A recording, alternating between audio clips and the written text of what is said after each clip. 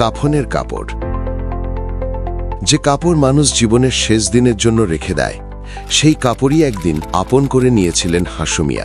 শেরপুরের হাসুমিয়া গলার মধ্যে যে ওনার যে সাদা কাপড়টা যেটা দেখতে পাইতেছেন, কাফনের কাপড়, ওইটা গলায় নিয়ে আসছিল যে আমি মারা যাব, কখন মারা যায়, কিভাবে মারা যায়। কারণ ডাক্তাররা বলেছিলেন তিনি ক্যান্সারে আক্রান্ত, আর বাঁচার কোনো আশা নেই। হাসুমিয়া প্রস্তুতিও নিয়েছিলেন, মৃত্যুর প্রস্তুতি। কাফনের কাপড় ঘরে এনে রেখেছিলেন। কিন্তু ঠিক তখনই আশার আলো হয়ে সামনে এলেন ডক্টর SM সারোয়ার। যখন সবাই ছেড়ে দিয়েছিল, তখন তিনিই দায়িত্ব নিলেন এই মানুষটাকে বাঁচানোর। আমি ওষুধপত্র নিয়ে গেলাম, এক সপ্তাহ পরে আমি ইনশাআল্লাহ খানা খাইতে পারলাম। আমি 2 মাস দিন খানা খাইতে পারলাম। চিকিৎসা শুরু হলো, সময় গেল, আর আল্লাহর রহমতে আজ হাসুমিয়া সম্পূর্ণ সুস্থ।